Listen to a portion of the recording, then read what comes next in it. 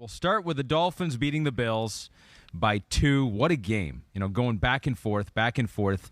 Keeg Meister tweeted in and said, wow, Fins and Bills going out, playing a playoff game in the regular season heat.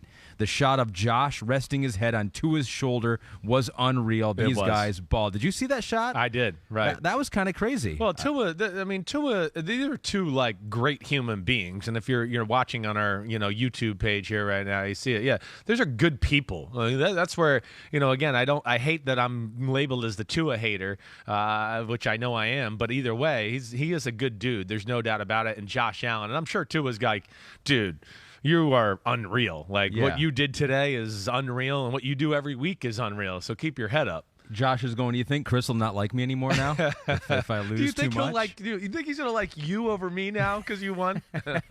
Yeah. You're my boy, Blue. Where do you want to start on this? Exactly. Where do you want to start on this? Because I think, coming into this game, if you would have told me that the Dolphins were only going to score 21 against a Bills defense that was out, Phillips on the defensive line, Oliver was out, right? Micah Hyde, man, that sucks. Out for the year. Big injury. Out in this game. Right. And you got to face, as we have a moth flying around our set here. Random. Look at this. We got a new co-host. Look at that. That is weird. We've never had that before. I'm going to let him hang. He's going to hang with the pod. Let him be. He wants to listen to this breakdown. He does. That's going to be highly distracting. Now he's attacking you. Did you shower? No, I did. I'm a habitual shower. I'm the kind of guy that showers 3 times a day. Okay. Right? So you think he's dirty? He wants dirty people. Hey Morgan, if this goes on for much longer, come up here and kill the moth. All right, we're gonna have that on our hands. He's the one that doesn't put deodorant on. Go over there. All right, let's go. We haven't even gotten to our first game yet. Moth, get out of here. We got a lot to do. Oh no, dude, get out of here. It went in my coffee. Okay. No. Just put him on the floor at this point. We're good. All right, we're back. Are you gonna drink that now? I am gonna drink it. Wow, that is insane. Could you see that moth fly into the coffee? Yeah. We're going to have to zoom in on that if we can get that. Turn that around by the end of that. Okay. All right, let's get back to business. Oh, my gosh. This is this is not what we needed to start the podcast. Sometimes the blitz comes on 3rd and 10, and you got to react, bro. But despite all the injuries, and they held the Dolphins pretty much in check for this game. I don't know. The Bills just shot themselves, and they stalled out at times. Give credit to the Dolphins defense doing some things that threw Josh Allen out of his rhythm. But was that shocking to you? I mean, they ran 90 plays, the Bills, and only scored 19 points. Yeah, it is shocking. There's no question about that. I think if I had to make a headline statement about the game, and I think you know where I'm going to go with this, was in mad respect to the Dolphins. I mean, I hope everybody knows that listening to this podcast, I think a lot about, we both think a lot of the Dolphins football team, the roster, Mike McDaniel, Josh Boyer, the D coordinator. But I will say, watching that game, at no point did I think that Miami was better than Buffalo. Even with the fact of Buffalo missing a ton of players and then players getting hurt throughout the game with cramps and not being able to play. I mean, there was 2 offensive linemen went down. Dawson Knox went down at one point. You mentioned, the 2 safeties being out. They're missing one of the corners. They're missing Jordan Phillips. They're missing Ed Oliver. I mean, it was an incredible, effort by them to play as well as they did with some of their key players missing. But at the same time, what an incredible effort to be on the field for 90 plays like the Miami Dolphins were.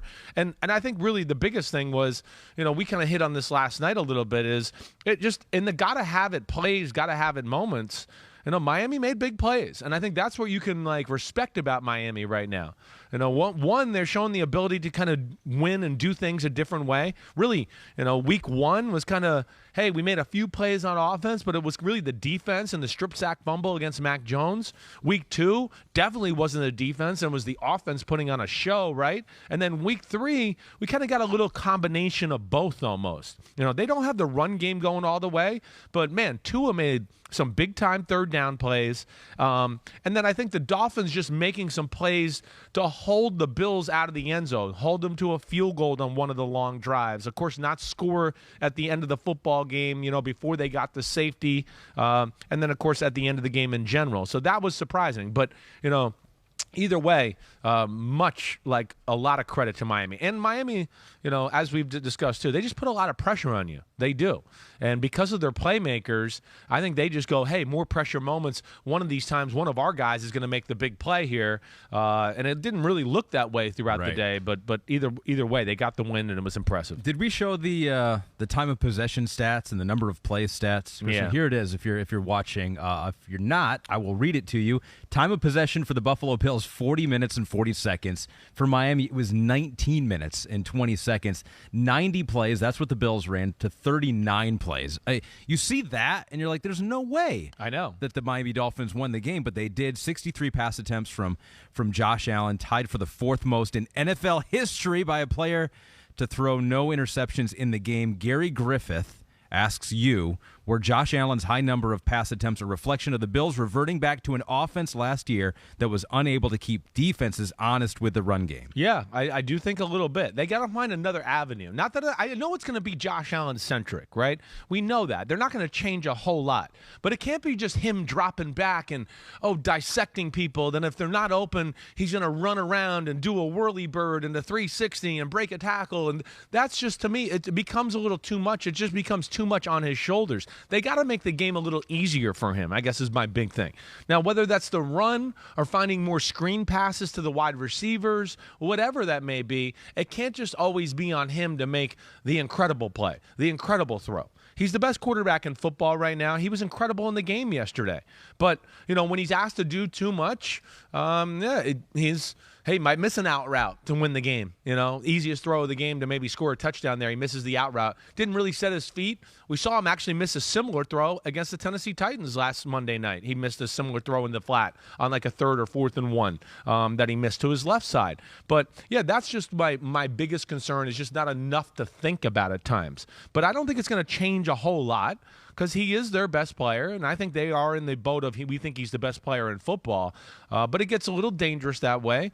And, when you're playing a defense like Miami, again, like we see, one blitz and, he holds the ball on too long. There's Javon Holland, strip sack fumble. We're on the 5-yard line. We score a touchdown, and we get a little momentum going in a game where it seemed like Buffalo had the momentum early and was kind of controlling things. Yeah, Holland had 10 tackles in the game, a sack and a half, a couple pass defenses. He's phenomenal. Melvin Ingram, a couple sacks, forced fumble recovery. Emmanuel Ogbah, 4 quarterback hits. Of course, they were out on the field a lot, had a lot of opportunities to do that, but they did stay on the field. We saw it was a game where a lot of players had cramping issues, and it was hot out there, and on the sidelines they were getting help. So to be on the field for that game and for a lot of plays, give credit to the Miami defense. Gutsy. That's what stinks about going to Miami in September when you're from the north. Just like it's going to stink for Miami when they got to go up to the northeast and things get cold. I haven't looked at their schedule when they're doing that, but it'll be tough for them too. Some big plays again from Tua in this one. We got that 3rd and 22 when he hit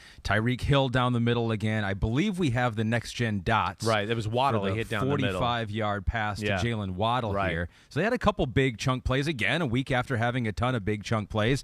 And last week, I think some of the blame went on the Ravens on how they defended it. Right. Do you give more credit to the Dolphins or still blame on the Bills on how they defended this? No, this is a really well-designed play, okay? That's the first thing. And then, Pete, if you get a chance here, just go back to the start or it'll replay itself. But here we go. If we can pause it too, Pete, this will help. All right, stop it right here if you can, right? All right, so okay, they're working on it. But either way, if you're watching this on YouTube, the big thing is it looks like it's like a single safety defense to start. You're going to see the safety split. It's Tampa 2, okay? And they have Tyreek Hill on the left with Sherfield, number 14, on the left. And they do a good job of kind of running a pass pattern combination to where, Edmonds is supposed to be the deep guy down the middle of the field. But they must know he's going to open to the 2 receiver side, so that is where, 14 and 10 are. And then they basically, as that Tampa 2 middle linebacker, supposed to run down the middle and be the 3rd deep safety. What they do is they had Sherfield at about the 20-yard mark curl up. So they gave him a little hey, look at this bright, shiny prize. We might throw the ball here, on 3rd and 22. We might throw it for a 20-yard gain, and now he might catch it and be able to turn up and get the first down. Well, Edmonds, he sees that and stops.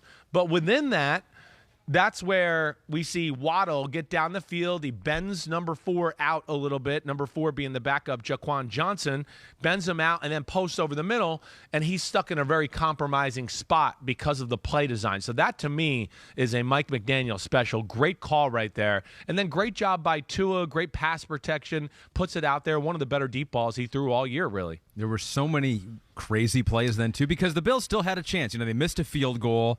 They had that pass, the short arm pass from Josh Allen down by the goal line. But then you had the butt punt, which is now that's trending. It's trending nationwide. It should. The butt punt. And Mark Sanchez chimed in. I don't know if people saw this out there because, of course, famous for the butt fumble. And he tweeted, "Whoa, stay out of my lane, bro." Yeah, whoa, that's I own the butt department in the NFL. Which okay? It wasn't the punter, Thomas Morstead. It wasn't his fault. It was Sherfield. It was Sherfield, right? Same guy we were just talking Backing about. up, trying to use that kind of deep protection. Exactly right. He was too far back. Personal protector in that scenario where it's like basically 12 yards between the line of scrimmage and the punter. Yeah. In a normal punting situation, he can shuffle back and evaluate things. Wait, where do I got to help out? In that situation, he can take 0 steps back. Like if you're ever in a special teams meeting, that's the thing they'll tell you. Like, hey, you're down here in this situation, personal protector, you can only go forward here. You can't let me go back and see who I can help out. That was, an unfortunate mistake there for them that opened the door for Buffalo one more time. And that's where you kept going, can Miami's defense really hold on here? Yeah. Are they ever going to get tired? But credit to them, they really didn't. They seemed like they were the more well-conditioned team on the field. This game is a game I got to go back and watch on film because it's hard for me almost to get my head around it. All right, and the fact of how did the Bills lose? Right, it just like you said, the stats were there. I think we felt like they were in control of the game for the better part of the football game, but. Like we said, I think, in some big moments, Miami came through. That's really what it is. The strip sack fumble and 2 drives for a touchdown, and that was it for the day. Mm-hmm. Where the Bills, we were kind of like, hey, they're moving up and down the field, and they missed a field goal, right? And, had a touchdown where Gabe Davis has it caught, and then Keon Crossan knocks it out. There just was opportunities right there, 5 or 6 plays where you just went, ooh, if that went Buffalo's way, I think they controlled the game and kind of win, and there's no problem. But it didn't, and you got to give credit to Miami with that. And it wasn't like they had 5 turnovers or anything. No, I know. One lost fumble, no interceptions. Yes. Last thing, Tua hit at the end of the first half, right? Wobbly, falls. Right. I think a lot of people have seen the video. Yeah. People think, that's a head injury. Right. He might be done for the day. They say it's a back injury. He comes back, plays the second half. Looked fine. He did look fine. Right. To their credit. What do you think? What do you think is going to happen? What's the fallout of that play? There's going to be some sort of fallout to where I would doubt that Miami followed the correct process. Just and again, I'm not trying to accuse anybody here. I'm one that will sit here and I'm the guy. This. Like, if Tua wants to play, let him play. I don't care. I would lie every time my bell got rung in the NFL right now. But it's to protect you from having to put yourself in that position. You're right. I know it is. But I also want to be like, hey, I'm a grown man and I want to play. And I don't care they got my bell rung. I don't care. But, I would think that something was off about that issue. Again, the back, like we joked about last night, back doesn't cause you to be a bobblehead as you stand up. I mean, his head was literally bobbling. And then we saw his leg basically give out and collapse, right? 2 different times in a 15-yard walk, right? That to me does not scream back. Yeah, it was shocking to see him back in there. I'll be interested to see where that goes. But I would think that's going to be much scrutinized, certainly. Played well, though, second half. Yes, got the win, 2-point win by the Dolphins over the Bills. Hi, I'm Mike Tirico, and thanks for watching. Make sure to hit subscribe for the latest news and highlights from NBC Sports.